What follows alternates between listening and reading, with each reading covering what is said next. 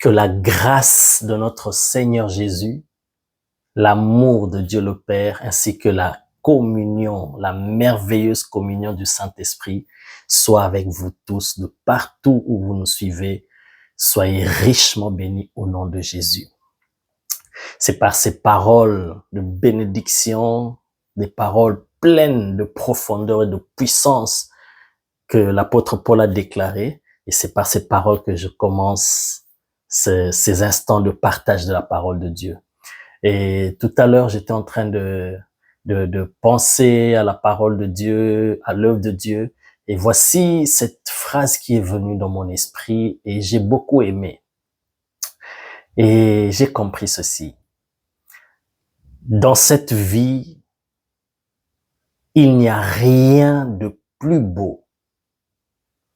Il n'y a rien de plus merveilleux que la communion du Saint-Esprit. Ah oui, ah oui.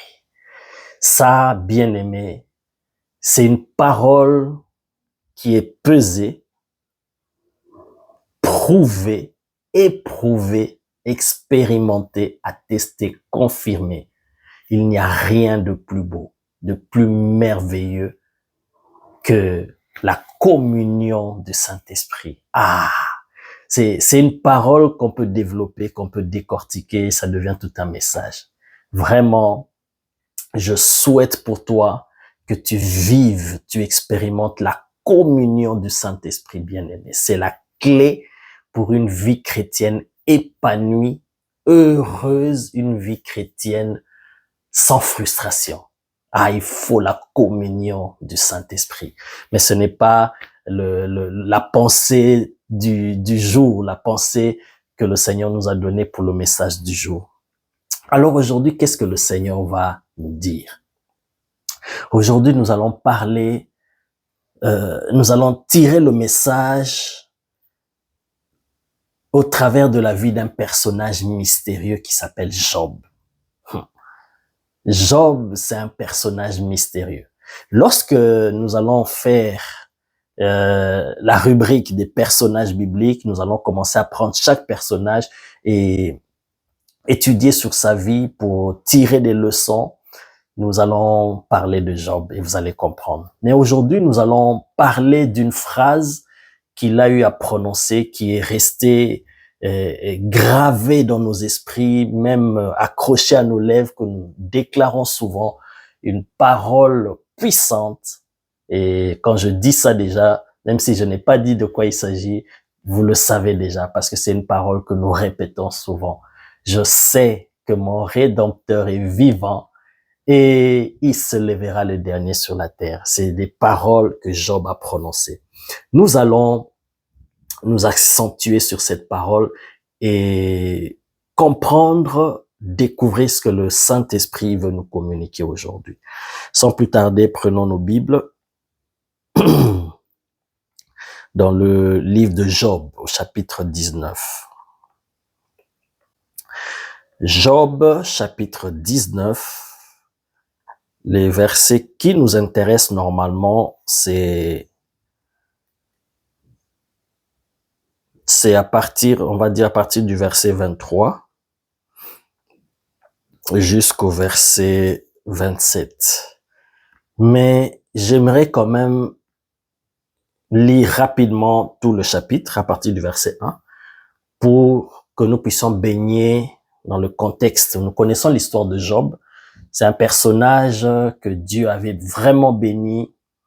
Il était puissant, il était riche et il y a eu quelque chose qui s'est passé au-delà du monde physique. C'était l'ennemi Satan qui voulait défier la foi de Job en disant à Dieu, c'est parce que tu le protèges qu'il te sert. Si tu relâches ta main de dessus sa vie et que il passe dans les épreuves, dans les tentations, il va t'abandonner. Et Dieu connaissait cela et c'était comme un enjeu qui se passait au-dessus de sa tête dont il n'était pas conscient. Et un jour, comme ça, il se lève, il perd ses 10 enfants, il perd toute sa richesse, dont les malheurs se sont abattus sur Job. Alors, face à de tels malheurs bien-aimés, Oh my God. Face à de tels malheurs qui lui sont arrivés, vous imaginez en tant que père, tout d'un coup comme ça, sans aucune explication, sans aucune logique humaine, toi qui sers Dieu, qui appartient à Dieu, et autour de toi, on sait que tu appartiens à un Dieu vivant, qui te bénit, qui te protège, et tout d'un coup, des malheurs comme ça s'abattent, bien aimé. Les gens vont commencer à s'imaginer beaucoup de choses. Tu perds non seulement un enfant, mais 10 enfants le même jour, tu perds tes richesses. Et non seulement ça, mais physiquement, tu as attaqué des maladies ulcères, des maladies bizarres et compliquées. Et même ta femme, ta propre femme s'en mêle pour te dire, mais attends, tout ce qui arrive là, il y a rien de logique. Maudit Dieu et meurs. Et alors, face à une telle situation que tu vis, non seulement tout ça là, déjà la pression psychologique, les douleurs physiques, moralement éprouvé, le deuil que tu fais, donc, tu vis ce que tu vis et tu te poses des questions auxquelles tu ne trouves pas des réponses. Et voilà que maintenant, des proches, des personnes que tu considères comme proches, qui viennent à toi, bien-aimé, et qui commencent même à t'enfoncer, à t'accuser. Job, tu dois nous dire, parce que ce n'est pas normal. Ça veut dire que tu es un pécheur, tu as fait quelque chose de mal, tu n'es pas innocent, tu dois être coupable. Alors, ils commençaient l'un après l'autre à parler, et bien aimé, vous imaginez dans quel état était cet homme Job. Voilà pourquoi nous lisons à partir du verset 1. Job chapitre 19 à partir du verset 1. Là, après que un de ses amis là qui venait de parler, Job prit la parole et dit: jusqu'à quand affligerez-vous mon âme? Oh mon Dieu! Parfois dans ce monde, il n'y a pas de pitié, il n'y a pas de compassion, chers frères et sœurs. Surtout parfois entre nous-mêmes les enfants de Dieu. Tu peux voir un enfant de Dieu, un serviteur de Dieu, passer par une épreuve douloureuse. C'est déjà difficile à porter, mais aujourd'hui, bien aimé, surtout avec les réseaux sorciers ou les réseaux sociaux, les gens vont s'en mêler, faire des miniatures, commencer à torpiller ta vie, à te torturer même psychologiquement, moralement. Déjà, tu es mal. Oh, ce n'est pas nouveau, bien aimé. Job aussi a connu ça. Alors ses amis viennent et Job maintenant, il prend la parole. Il dit: jusqu'à quand affligerez-vous mon âme et m'écraserez-vous de vos discours? Voilà 10 fois que vous m'outragez. N'avez-vous pas honte de m'étourdir ainsi? Si réellement j'ai péché, parce qu'il disait à Job, c'est pas normal, tu as dû pécher. Si réellement j'ai péché, seul j'en suis responsable. Oh mon Dieu. Ce sont des paroles émouvantes. Voilà pourquoi j'ai tenu à ce qu'on puisse lire. Parce que quand je méditais, quand je recevais ce message et que j'ai lu ça, j'ai dit non, waouh. C'est exactement ce que nous vivons aujourd'hui, bien-aimés. Verset 4. Si réellement j'ai péché, seul j'en suis responsable. Pensez-vous me traiter avec hauteur? Pensez-vous démontrer que je suis coupable? Sachez alors que c'est Dieu qui me poursuit et qui m'enveloppe de son filet. Voici, je crie à la violence et nul ne répond. J'implore justice et point de justice. Il m'a fermé toute issue et je ne puis passer. Il m'a répandu des ténèbres sur mes sentiers. Il m'a dépouillé de ma gloire. Il a enlevé la couronne de ma tête. Il m'a brisé de toutes parts et je m'en vais. Il a arraché mon espérance comme un arbre. Là, ce sont des paroles qui sortaient de Job, qui provenaient d'une âme meurtrie qui souffrait. Oh mon Dieu. Il s'est enflammé de colère contre moi. Il m'a traité comme l'un de ses ennemis. Ses troupes se sont de concert mises en marche. Elles se sont frayées leur chemin jusqu'à moi. Elles ont campé autour de ma tente. Il a éloigné de moi mes frères et mes amis se sont détournés de moi. Ah oui. C'est comme ça qu'on dit que les vrais amis, on les reconnaît dans des temps difficiles, dans des temps de malheur. Ah oui.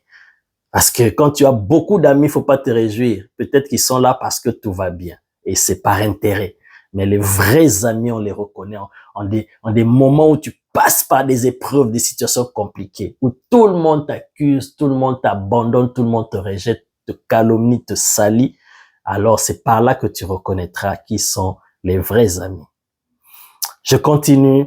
Verset 14, je suis abandonné de mes proches.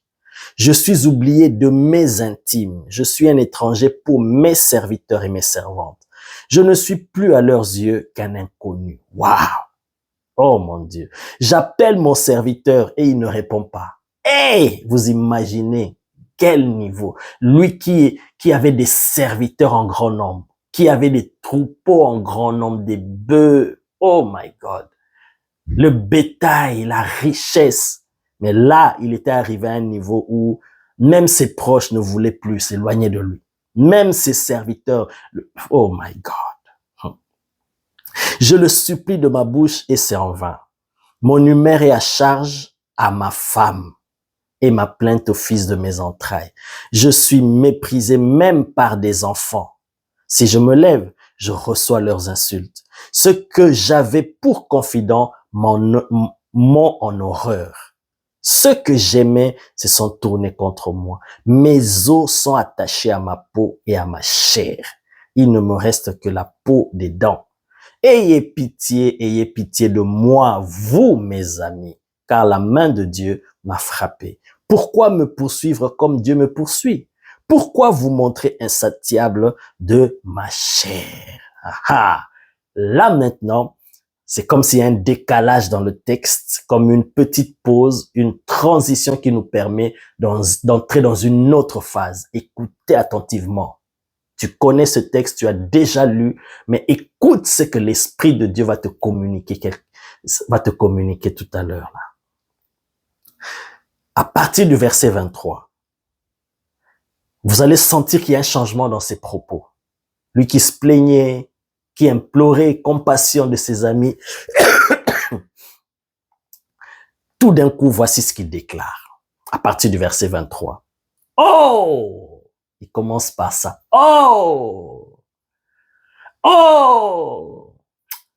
Aïe, aïe, aïe, aïe. Ça montre qu'il vient de s'exprimer auparavant et c'était tellement lourd, tellement profond que là, il passe à autre chose, mais il pousse un cri. Oh! Je voudrais que mes paroles fussent écrites. Qu'elles fussent écrites dans un livre. Je voudrais qu'avec un burin de fer et avec du plomb, elles fussent pour toujours gravées dans le roc. Point de suspension. 3 points de suspension. Et après, on entre dans le verset 25. Mais je sais que mon Rédempteur est vivant et qu'il se lèvera le dernier sur la terre. Quand ma peau sera détruite, il se lèvera. Quand je n'aurai plus de chair, je verrai Dieu. Je le verrai et il me sera favorable. Mes yeux le verront et non ceux d'un autre. Mon âme languit d'attente au-dedans de moi. My God. Bien-aimé, tu as toujours lu ces paroles, tu connais ce texte, même moi aussi. Pendant toutes ces années de ma marche chrétienne, mais c'est seulement aujourd'hui qu'il y a eu un déclic dans mon esprit. Écoute. Nous avons lu tout le chapitre et je vous ai dit qu'à partir du verset 23, vous allez sentir la différence dans la portée des paroles par rapport aux paroles des versets précédents, qu'il a changé, qu'il y a eu un switch. Et voici ce qu'il dit. Oh, je voudrais que mes paroles fussent écrites. Là, il exprime un souhait. Il veut que les paroles qu'il s'apprête à déclarer soient écrites. Oh my God.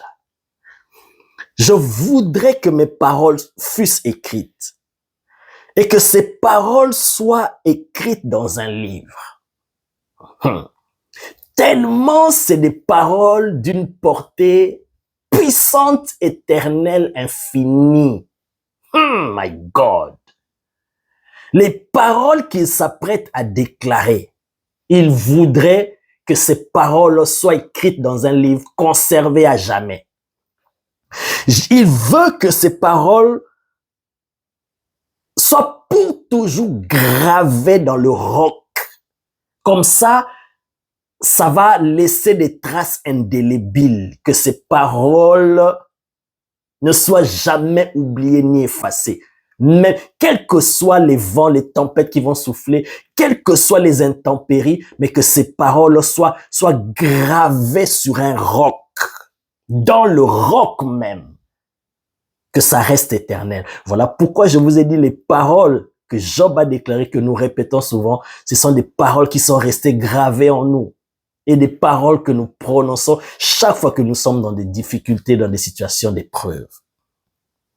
Donc ces paroles-là qu'il s'apprête à déclarer, il veut que ces paroles soient gravées, écrites dans un livre conservé, que ça soit inoubliable, que ça marque les temps, les époques, les siècles, que ça traverse les générations, que ça soit gravé dans un roc.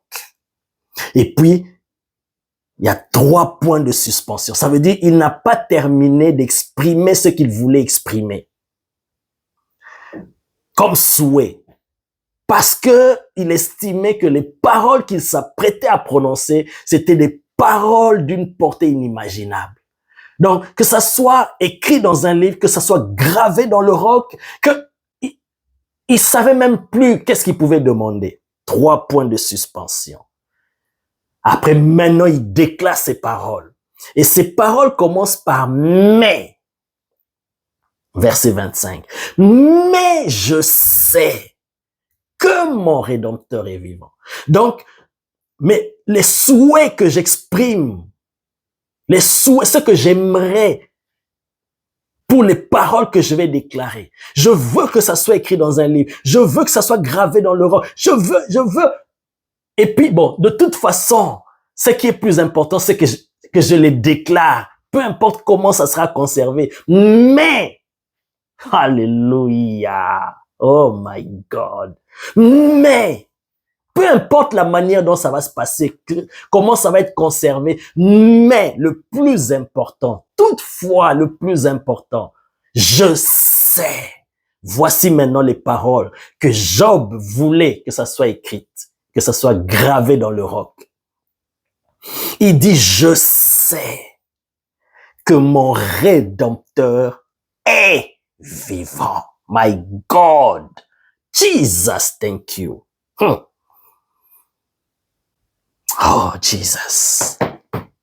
Il dit, je sais que mon Rédempteur est vivant. Oh my God. Vous allez comprendre maintenant pourquoi il voulait que ces paroles soient gravées à jamais, inoubliables, marquées, gravées. Je suis sûr et certain que même dans les 3 points de suspension là, quand il souhaitait, quand il a voulu que les souhaits continuent, au-delà que ça soit écrit dans un livre, au-delà que ça soit gravé dans le roc, je crois qu'il voulait même demander que cela soit gravé dans les cœurs, dans les esprits des humains. Oh my God, Jesus, thank you. Parce que ces paroles sont d'une puissance inimaginable. Voici l'explication. Il dit, je sais que mon Rédempteur est vivant. Celui qui déclare ces choses, il est en train de traverser des moments difficiles, des situations compliquées auxquelles il n'a pas de réponse. Il réfléchit, il essaie de comprendre ce qui lui arrive, il n'a pas d'explication. Mais malgré ça, il dit, je sais que mon Rédempteur est vivant. My God! Il dit, je sais que mon Rédempteur est vivant. Je suis sûr et certain. C'est une certitude absolue. C'est une conviction.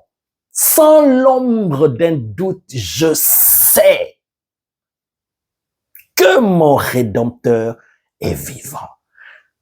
Ça, c'est un autre niveau. My God.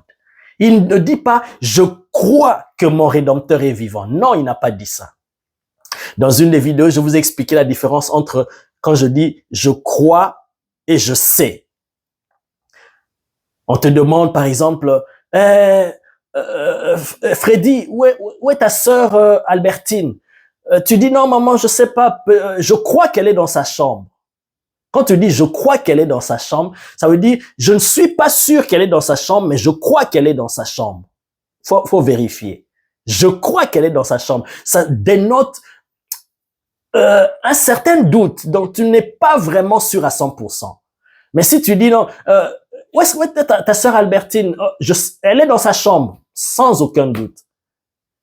Je sais qu'elle est dans sa chambre, parce que tout à l'heure, là, je l'ai vu, je sais qu'elle est dans sa chambre. Vous voyez la différence? Je sais que mon Rédempteur est vivant. Donc, c'est sûr et certain. Je n'ai même pas à douter. Je n'ai même pas à réfléchir, à chercher à comprendre. Je n'ai même pas à me poser des questions. Certes, je me pose des questions sur ce qui m'arrive. Je ne comprends pas ce qui m'arrive. Mais quant à mon Rédempteur, ça, je sais. Ah, je n'ai même pas de doute. Je sais. Ça, c'est un autre niveau de connaissance. Alléluia. Ça, ce n'est pas la connaissance par l'apprentissage. En allant à l'école, à l'université, on t'apprend au fur et à mesure, on te rajoute des connaissances et tu arrives à un certain niveau de connaissance par l'apprentissage. Mais là, c'est un autre niveau de connaissance, ce n'est pas par l'apprentissage. C'est une connaissance de fait, une connaissance spontanée, une connaissance, oh my God, pas intellectuelle, une connaissance divine. C'est comme une brèche dans l'omniscience de Dieu. Tu sais, tu ne sais pas comment expliquer, mais tu sais avec certitude que la chose est ainsi et ça ne changera pas. My God. Il dit, je sais que mon Rédempteur est vivant. Comment le sait-il? Qui lui a appris? Qui lui a enseigné? Qui lui a appris ces choses? Oh my God. Jesus. Quand il parlait de ça, parce que plusieurs ne savent pas que Job était, quand tu fais des études, tu vas découvrir que Job était presque contemporain avec Abraham. Ce n'est pas parce que le livre de Job vient après Genèse, Exode, après tous ces autres livres-là, tu vas penser, Juge et tout ça, tu vas penser que Job est venu après, non. Quand tu fais des études, tu vas découvrir que Job a vécu presque à la même époque qu'Abraham. Bien-aimé. Oh my God, ça c'est encore d'autres parenthèses que je suis tenté d'ouvrir, mais nous restons dans le contexte. Donc déjà à cette époque-là, Job avait une connaissance de Dieu terrible, au point que c'est Dieu lui-même qui parle de lui à Satan. As-tu vu mon serviteur Job, comment il est intègre, droit, craignant Dieu, se détournant du mal. Un homme intègre qui connaissait Dieu. Alors comment pouvait-il savoir ces choses? Qu'est-ce qu'il a su? Je sais que mon Rédempteur est vivant. Job est en train de nous révéler ici, bien-aimé. Ah! Alors que le mystère sur le Rédempteur, sur Christ qui allait mourir, parce que quand on parle de rédemption, quand on parle de Rédempteur, c'est lié à la rédemption. C'est lié à l'œuvre de la croix de Golgotha. C'est le fait que un Rédempteur, Christ allait venir, Jésus, pour mourir et ressusciter. Alléluia. Pour le rachat. C'est ça la rédemption. Pour racheter l'humanité. L'œuvre rédemptrice de la croix. Et là, déjà, à cette époque, Job nous parle d'un Rédempteur qui est vivant.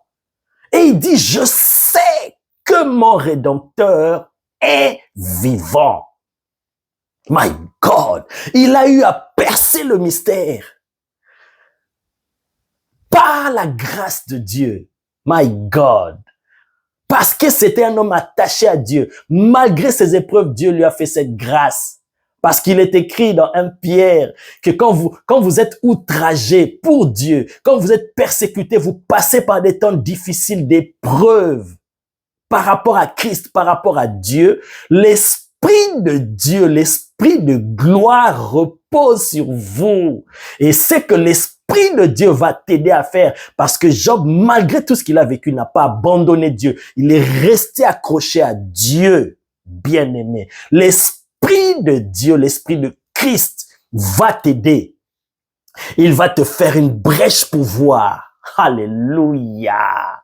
Oh my God. Parce que l'Esprit de Dieu parle de Jésus. Jésus a dit, lorsqu'il viendra, il parlera de moi parce qu'il prendra de ce qui est à moi. Déjà à l'époque, oh my God, Jesus Christ. La loi n'est pas encore donnée. Le mystère de Christ n'est pas encore vraiment révélé, annoncé. C'était encore caché.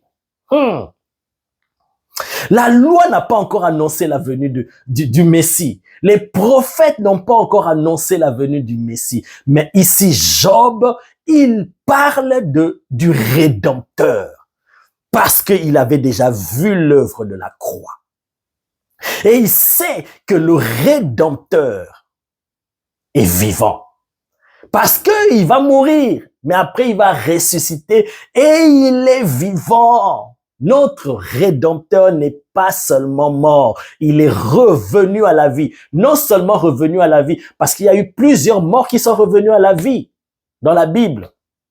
La fille de Jairus, Lazare, le fils de cette femme de Naïn. Il y a eu des morts qui sont revenus à la vie et qui sont morts encore. Mais lui, la différence, c'est qu'il était mort, il est revenu à la vie et il est vivant. Et Job, déjà à cette époque, il a la révélation du Rédempteur qui est vivant.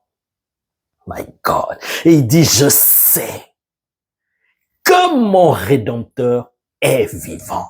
Et ces paroles ont traversé les siècles. Voilà pourquoi il a souhaité que ça soit gravé. Et ces paroles ont traversé des générations. Et ces paroles sont gravées en nous. Aujourd'hui, c'est dans des chansons, c'est dans des paroles, dans des déclarations. Tout le monde déclare, je sais que mon Rédempteur est vivant. Mais lorsque Job a déclaré ces paroles bien-aimées, ce qu'il vivait là, ça c'est notre dimension de foi.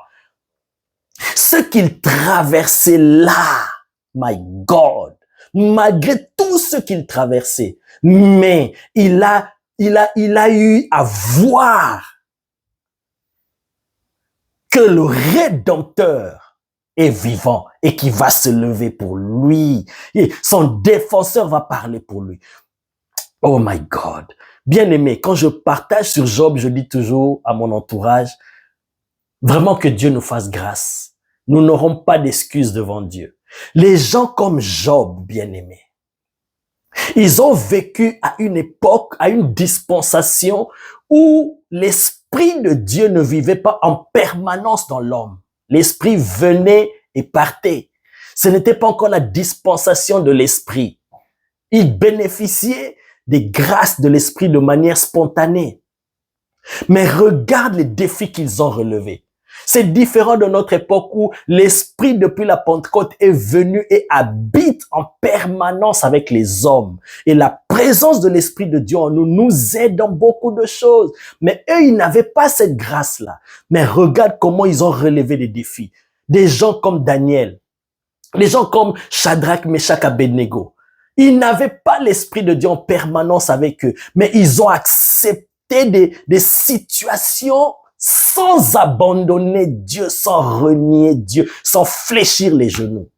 Comme Job là, il vit une situation horrible, bien-aimé. Je ne sais pas si quelqu'un d'entre nous aujourd'hui, dans cette dispensation de l'Esprit, dans la dispensation de l'Église, avec l'assistance et l'aide du Saint-Esprit, la présence du Consolateur en permanence avec nous, si on peut résister comme Job.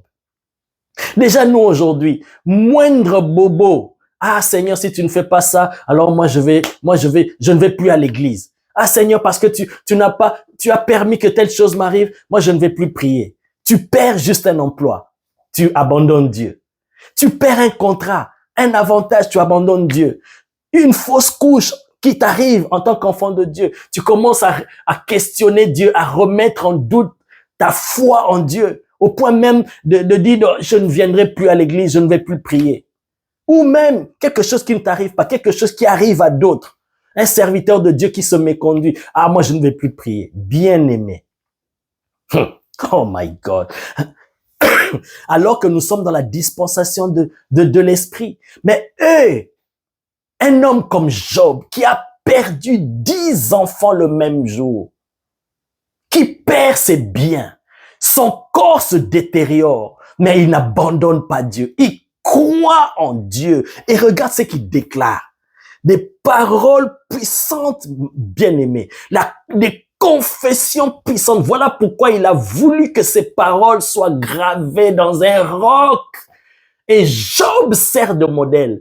Job servira de témoin. Si aujourd'hui, quand tu te présentes devant Dieu, tu commences à donner des excuses, Dieu va te dire, attends, Job vient, dis-lui, raconte-lui ce que tu as vécu. Et malgré tout ce que tu as vécu, est-ce que tu m'as abandonné? Bien-aimé, tu vas fermer ta bouche. Quand tu vas comparer ce que Job a vécu et ce que toi, tu es en train de vivre, et pour ça, tu veux abandonner Dieu. Tu veux renier ton Dieu. Job dit, quand ma peau sera détruite, il s'élèvera. Waouh! Quel niveau de foi! Tout ça pourquoi? Parce que le Saint-Esprit lui a ouvert une brèche dans l'éternité pour voir le sacrifice du Rédempteur, pour voir les bénéfices de la croix. Et il a vu la résurrection. Et il sait que même si ton corps est détruit, si ton corps est dévoré même par les baleines, ton corps a été consumé par un crash d'avion, bien-aimé. Il sait que même malgré ça, le Rédempteur est capable de le ressusciter. Il dit, quand ma peau sera détruite, il s'élèvera. Quand je n'aurai plus de chair, je verrai Dieu. Waouh! Je le verrai et il me sera favorable. Mes yeux le verront et non ceux d'un autre. Mon âme languit d'attente au-dedans de moi. Bien-aimé. Écoutez ces paroles de foi. Malgré tout ce qu'il traversait, mais il n'a pas perdu sa foi en Dieu. Pourquoi? Parce que il s'est basé sur la révélation qu'il a eue sur le Rédempteur. Bien-aimé, ton Rédempteur est vivant. Ton Rédempteur est vivant. Quel que soit ce que tu traverses. Job, il dit, même si mon corps est détruit, même si ma peau est dévorée, quel que soit ce qui m'arrive, il n'y a rien d'impossible à mon Rédempteur. Malgré tout ce qui arrive, moi je le verrai. D'une manière ou d'une autre, je ne sais pas comment il va faire, mais moi je le verrai parce que je ne serai pas détruit. Pourquoi? Parce que je sais que mon Rédempteur est vivant. Bien-aimé, toi enfant de Dieu, racheté par Christ, racheté par le Rédempteur dont a parlé ici Job, à l'époque où même, oh my God, Jésus n'est même pas encore prêt de venir sur la terre. Jesus. Oh Seigneur, merci. Merci. Bien-aimé, quel que soit ce que tu traverses, attache-toi à l'espérance de la gloire. Christ en nous, c'est l'espérance de la gloire. Lui, Job, Christ n'était même pas encore en lui, mais il avait cette espérance de la gloire, de la résurrection, qu'il allait voir Dieu, malgré tout ce qui lui arrivait. Waouh! Mon Dieu, parfois quand nous lisons ces choses, c'est comme si c'est des fables, c'est comme si c'est des histoires. Mais c'est des réalités que des hommes ont vécues. Essaye de te représenter même 1% de ce que Job a vécu. Si aujourd'hui le Seigneur te dit, fais passer, moi j'ai déjà entendu un serviteur de Dieu qui a dit, moi, mon Dieu, Seigneur, épargne-moi de ce qui est arrivé à Job. Épargne, malgré que j'ai le Saint-Esprit, épargne. Malgré que le consolateur vit en nous, mais épargne. Mais lui, Job, le consolateur ne vivait pas en lui. My God. Mais le Seigneur lui a fait grâce. Par l'Esprit de Dieu, il a vu que le Rédempteur est vivant. Et il dit, je sais que mon Rédempteur est vivant. Bien-aimé, par ce message, le Seigneur veut que tu arrives à ce niveau de certitude certitude absolue en Dieu. Comme ce que je viens de citer pour pour Daniel et ses amis. Jesus. Shadrach, Meshach, Abednego devant la fournaise ardente, qui ont dit au roi, roi, nous n'avons même pas besoin de te... Quel niveau d'assurance? Nous n'avons même pas besoin de te répondre sur ça. Mais nous savons que notre Dieu est capable de nous délivrer de ta main. Mais même s'il ne le fait pas, nous n'adorerons pas tes dieux pour abandonner notre Dieu. Wow, my God. Quand je lis ces textes, ça me fait vibrer. Je répète encore, ils ont vécu à une dispensation où l'Esprit de Dieu ne vivait pas en permanence dans les hommes. Mais regardez là, le niveau de foi qu'ils ont manifesté. Et nous, à combien plus forte raison, nous, qui avons la grâce d'avoir l'Esprit de Dieu qui vient nous aider dans notre marche chrétienne, qui vient nous aider dans nos faiblesses, nous devons, bien aimer, nous devons faire mieux qu'eux. Nous devons faire mieux qu'eux. Voilà pourquoi je t'exhorte, bien-aimé, n'abandonne pas Dieu, ne renie pas Dieu à cause des épreuves que tu vis. Certes, c'est difficile, mais est-ce que tu peux comparer ça à Job? Tu peux comparer ça à ce que Job a vécu. N'abandonne pas Dieu parce que tu as perdu un poste, parce que tu voulais un mandat, tu voulais un poste, tu as postulé pour un poste, tu n'as pas eu et tu commences à douter de la fidélité, de la bonté de Dieu. Bien-aimé, n'ose pas le faire. Sinon, Dieu va t'appeler Job comme témoin. Souvenez-vous que la Bible dit dans Hébreux, nous sommes environnés de témoins, bien-aimés. Pour ta situation, tout ce que tu vis, il n'y a rien de nouveau. Les gens ont vécu cela. Donc, on n'aura pas d'excuses devant Dieu. Regarde Job. Perdre. Moi, je suis père. J'ai des enfants. J'imagine perdre. Oh, déjà, tu perds un enfant, c'est douloureux. C'est pratiquement insurmontable. Il n'y a que le consolateur, le Saint-Esprit qui peut t'aider à te relever. Mais là, tu perds 10 enfants le même jour. Tu termines. Tu es en train de réfléchir, on vient t'annoncer que tes troupeaux ont été saccagés, ta richesse, et toi-même, pendant que tu essaies de comprendre ton corps, tu vois comment ça commence à se détériorer sous tes yeux. My God! Mais malgré cela, il reste fidèle, attaché à Dieu. Ah, voilà pourquoi le Seigneur l'a restauré doublement. Oh, bien-aimé, je t'annonce cette bonne nouvelle. Toi qui passes par des situations difficiles, toi qui viens de faire une fausse couche, toi qui viens de perdre ce qui était précieux pour toi, toi qui vis des situations compliquées, tu traverses des situations difficiles et tu te poses des questions auxquelles tu n'as pas de réponse. Si, bien-aimé, tu sais que Dieu est avec toi, tu sais que tu marches avec Dieu, bien-aimé, reste accroché à Dieu. Quel que soit ce que les gens vont dire autour de toi, quel que soit ce que les gens vont dire, moi je dis toujours, à partir du moment où je ne me reproche de rien, ma conscience est pure par rapport à moi-même, par rapport à Dieu. Peu importe ce que les gens peuvent dire devant moi, autour de moi. Mental d'acier. Alléluia. Indestructible. Ferme tes oreilles à ce que les gens peuvent dire. Parce qu'aujourd'hui, si tu traverses des moments difficiles, si quelque chose t'arrive, aujourd'hui, la chrétienté d'aujourd'hui, exactement comme Job, on va dire non, tu as péché. Ah, c'est Dieu qui te frappe. C'est une malédiction. Ah, mais, oh my God. S'ils étaient spirituels, ils allaient comprendre qu'il y a des réalités qui se passent au-dessus de la vie, qui est au-delà du physique. Il y avait des réalités qui se passaient au-dessus de la portée de Job, qu'il ne savait pas. Et ses amis qui venaient le condamner, c'est parce qu'ils étaient charnels. Mais s'ils étaient spirituels, ils n'allaient pas l'accuser, le culpabiliser, l'enfoncer encore. C'est ce qui arrive aussi aujourd'hui, bien-aimé.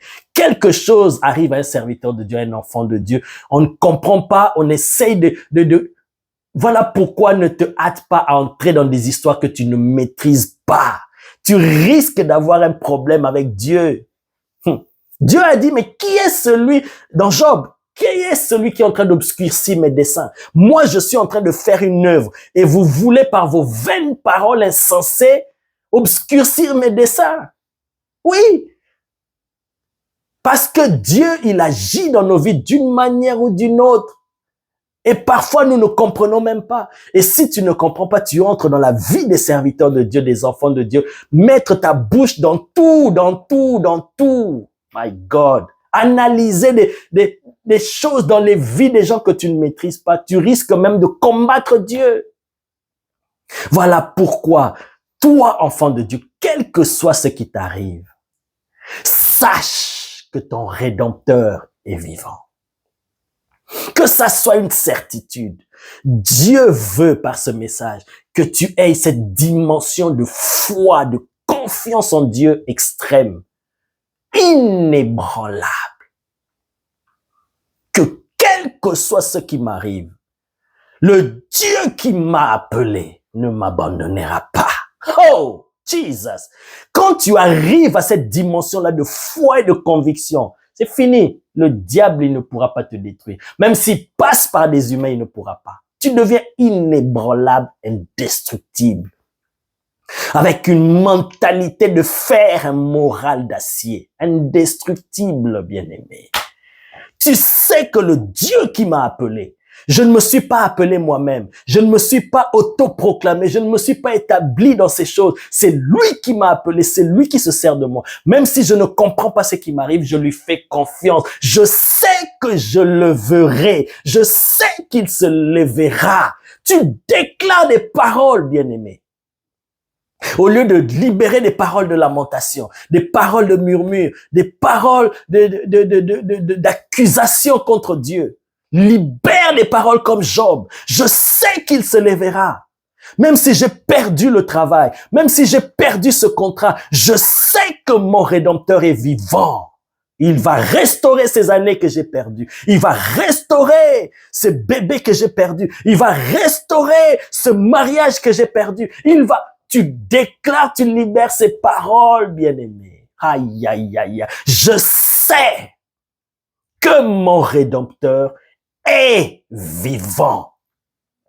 C'est une certitude. Je ne crois pas qu'il est vivant, mais je sais qu'il est vivant. C'est un autre niveau d'assurance. Comme l'apôtre Paul dit, j'ai l'assurance que ni la mort, ni la vie, ni les épreuves, ni les tribulations, ni la faim, ni les anges, ni la mort, ni rien, quoi que ce soit ne peut me séparer de Dieu. Bien-aimé, c'est le niveau où Dieu veut nous amener.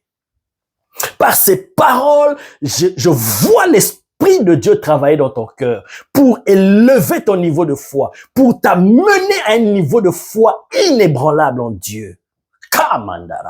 Que tu entres dans cette dimension d'assurance inébranlable comme un jeune lion qui ne recule devant rien. Quel que soit ce qui arrive autour de toi, 1000 tombent à ta gauche, 10 000 à ta droite, tu ne crains rien. Tu continues à marcher avec Dieu. Quelles que soient les menaces, les chantages, les calomnies, les paroles blessantes, tu es focus sur Dieu. My God. Je sais que mon Rédempteur est vivant. C'est sûr et certain. Et il se lèvera. Base-toi sur l'œuvre de la croix de Golgotha. Le prix qu'il a payé pour toi. My God. Que le Seigneur te bénisse. Que le Seigneur te bénisse. Qu'il fasse de toi comme il a dit à Jérémie. Oh, je rendrai ton front comme une muraille d'airain. Aïe, aïe, aïe, aïe, aïe, vous savez ce que ça veut dire. Tu ne seras plus un peureux, un influençable, quelqu'un qu'on peut manipuler. Mais je te rendrai pas têtu, mais je te rendrai indestructible. Je ferai de toi une muraille d'airain. Ça veut dire on vient, on cogne, on vient, on frappe, on vient, on salit, on fait tout ce qu'on peut faire, mais tu n'es pas ébranlé. Aïe! C'est ça la volonté de Dieu. N'avez-vous pas lu dans Éphésiens chapitre 4 à partir du verset 11? C'est là où Dieu veut nous amener, à la stature parfaite de Christ, afin que nous ne soyons plus ballottés, que nous soyons stables, fermes dans la foi. Je sais que mon Rédempteur est vivant. Rien ni personne ne pourra me détruire. Ah, bien-aimé, ces paroles-là que tu vas déclarer, comme Job a déclaré ces paroles, bien-aimés, seront entendues dans la dimension invisible, dans la dimension visible, dans le monde physique, dans le monde spirituel. Ces paroles seront gravées et ces paroles vont s'accomplir parce que Dieu confirme la parole de ses serviteurs. Sois richement béni, toi qui as entendu ces paroles. Quel que soit ce que tu traverses, il n'y a rien, aucune épreuve, aucune difficulté que le Seigneur permettra que ça puisse t'anéantir. Non, la Bible nous rassure cela dans 1 Corinthiens 10. Que toute épreuve ou toute tentation qui peut t'engloutir, il ne permettra pas que ça arrive. Mais s'il permet que quelque chose t'arrive, ah, bien-aimé, sache que ça ne te détruira pas. Il y a un travail, il y a un dessein de Dieu au travers de cela. Dans ce que Job a vécu, Dieu l'a mené vers une connaissance encore beaucoup plus profonde qu'il avait avant. Ah, c'est parce que vers la fin là, Job a dit non. J'avais entendu parler de Dieu, mais maintenant mon œil l'a vu. Donc, le niveau de connaissance qu'il avait, c'était rien par rapport à ce qu'il venait d'apprendre et de découvrir, la facette de Dieu.